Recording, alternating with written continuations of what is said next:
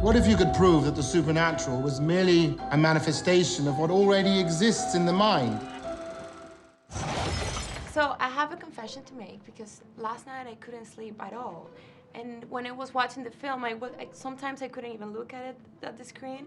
And I was like looking at my friend's reaction, like, what's happening right now? He's reading a book. Don't worry. But I was screaming all the time. So why do you think people enjoy so much being scared? Afraid, and frightened? I think it's the same feeling that you do when you go on a roller coaster ride. You know, it's terrifying, but you know it's going to end, and you can be terrified under controlled conditions. You know, and it's a bonding experience as well with your friends. It's so fun to see them scared.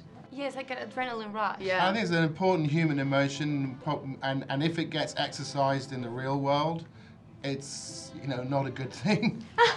Yeah, definitely. Yeah. And what was your immediate reaction after you read the script, like the first time? And what was the moment that you said, yes, I want to do this film? As soon as I read it, but they wouldn't see me because they thought I was too young. Really? Yeah, so they had someone else, and then she dropped out, and then they kind of just went, yeah, okay, we'll see her. Thank God she dropped out. And then it worked out, and so they made the character 18, because it was originally kind of like 24. So they made the character younger for me, and then it all worked out. Thank God. That's great. I know. And what about you?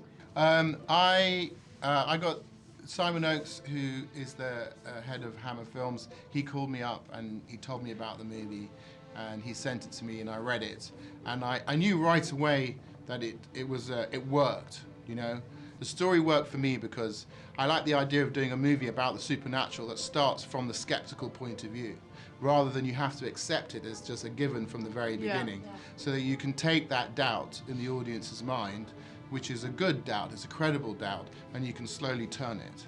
That to me was interesting and exciting. You're not alone, are you? There's something there with you, isn't there? This was based in a real life event. So how much of the real case, how much information was available to you? It was a real experiment that was done, and that experiment was the spark, if you like, that inspired the writer's imagination, you know? Yeah. But it's a movie, it's not a documentary. Yes.